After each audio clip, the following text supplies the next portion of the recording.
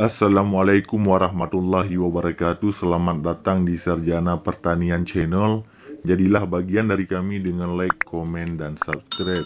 Langsung saja kita buka aplikasi WhatsApp.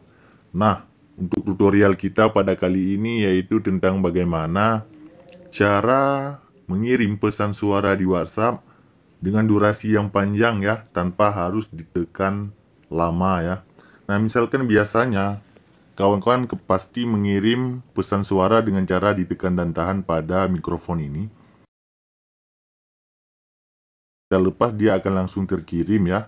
Nah, cara agar kita bisa mengirim pesan suara dengan durasi yang panjang tanpa harus ditekan lama ya.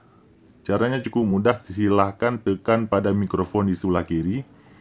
Kalau sudah ditekan,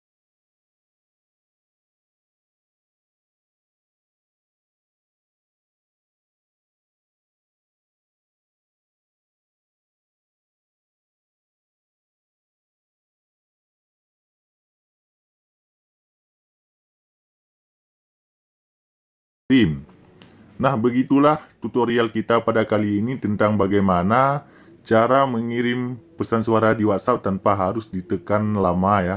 Demikian, sampai jumpa di video kami yang lainnya. Assalamualaikum warahmatullahi wabarakatuh.